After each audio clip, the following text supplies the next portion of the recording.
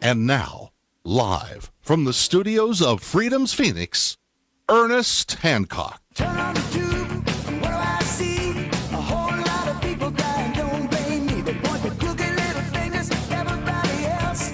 Spend all the time feeling sorry for themselves. Victim of this, victim of that. Your mama's too thin and your daddy too fat. Get over it. Oh, welcome back to Declare Your Independence with me, Ernest Hancock, and my special guest, former CIA analyst and Marine and history PhD professor, and I don't know, by the time you get to be your age, David, you get to be jack of all trades. You know, what all this proves is I just can't hold a job. Can't hold a job, but you can hold a thought. Now let me go ahead and get into your head a little bit on this one specific question that I have. As you've gone through many administrations, you've been, you're from Truman, okay? From Truman to now, you're looking at United States foreign policy and the impact that it's had not only on other countries and so on, but domestically and on our domestic policy and how people that have information and share it with the press and all. And you were very involved in Iran-Contra. So I have to ask you, let's look into the future a little bit, a couple of years, a decade. How is this Bradley Manning thing going to be seen? Are we going to see solutions, or are they going to use as an example of thou shalt not ever, ever, ever do this ever again?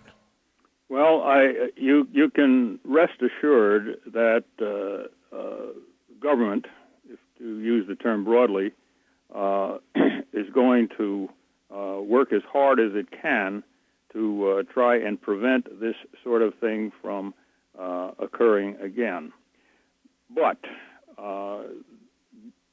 government, powers that be, if you will, is also having to recognize that in this electronic era, unless you, just want to pass your information on, face-to-face and ear-to-ear in a room that's been swept for bugs, it's going to be accessible. There's an organization, by the way, which this is not the correct title, it's the one it's usually known by, called FinCEN in Alexandria. It's a joint operation of the CIA, the FBI, the NSA, and quite a few others. Its main purpose is to follow, as the name indicates, financial center, if you will, the money transactions of people of interest.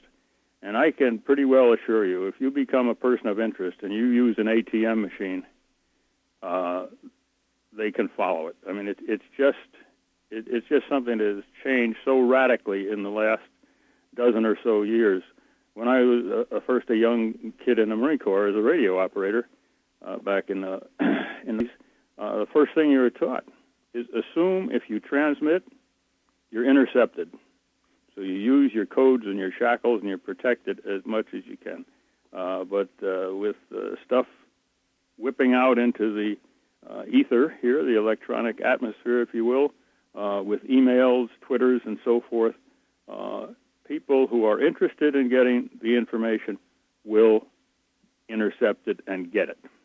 So the only defense really against this is to limit the amount of information that you transmit. And much of what has come through these WikiLeaks cables is just the amount of essential gossiping, electronic transmitted gossip that was going on in our embassies and stations around the world. Well, you could also look at it another way, is just stop being evil, just stop being stupid, just stop being there, Heck, you mean stop being human? I'm hoping that we can get to the point to where we can try and have a foreign policy that doesn't include us trying to socially and economically engineer everybody around the planet. Because that's a major aspect of this, and this is key. And there's hardly a speech that one hears from in this country from a politician at a sufficient level that doesn't emphasize this aspect of our need to. Matter of fact, our requirement that we have to do precisely what you just described, is to control the affairs of other countries, usually in their own interest, of course. Yeah, that's the promise. Well, do you see any changes? Let's look into the future and go. Do you read any Glenn Greenwald from time to time? Yeah. Okay, or Juan Cole. Yeah, absolutely. Yeah, okay, we have them on Freedom's Phoenix quite a bit. Yeah, that's right. These are very capable people, academics, and they're familiar with the history and the imperatives, if you will, of empire.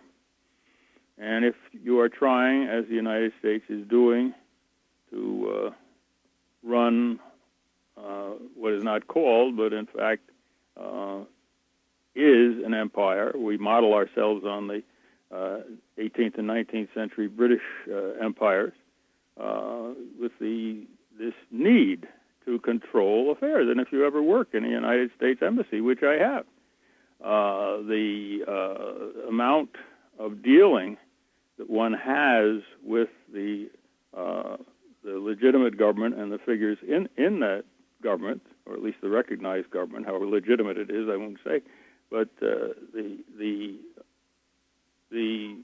accepted idea that you are only doing your job if you are basically controlling these people.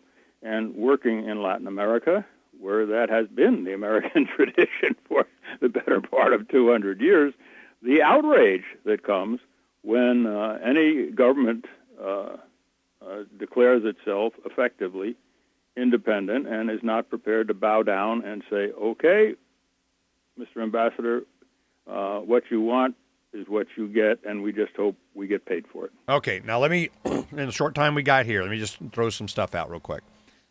We have, excuse me, this concept that either it's your signature or your brains on the paper. Mr. Leader of Latin American country de la fill in the blank, if you do not do some kind of deal with us, you're just going to be replaced. Regime change, whatever they fill in the blank reason for. Mm-hmm. So then you have an animosity built up of an entire culture and a part of this hemisphere that the United States is seen as bad. We go through Nicaragua, what's happened now, what's going on in Venezuela, and whatever comes out of Cuba, and you get to a point to where instead of just leading by example or just being friends with or influencing in the free market, it's always this force and imposition which creates this animosity. And I'm just wondering, when you had the Iran Contra affair that was going on, did you see any positive changes, or did it just go underneath a little bit more? Are we to expect that same kind of thing to happen with this? They'll just get a little bit more clandestine in their communications, and they'll still try to control everybody, or are we going to learn something from it?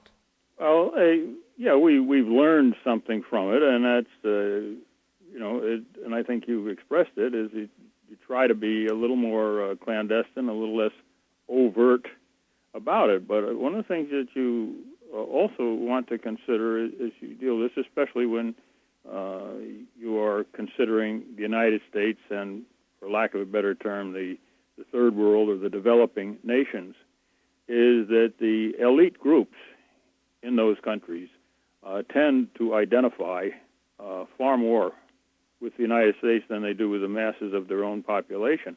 And that is why, if you go to Miami, you will find the past presidents of Venezuela, the most recent past president of Panama, and practically everybody, because that's their capital, is Miami, because that's where the bucks are.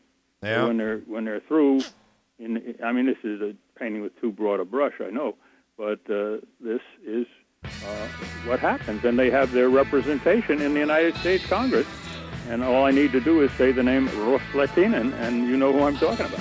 It's the mechanism by which money from poor people in a rich country makes it to rich people in a poor country. It's just a conduit.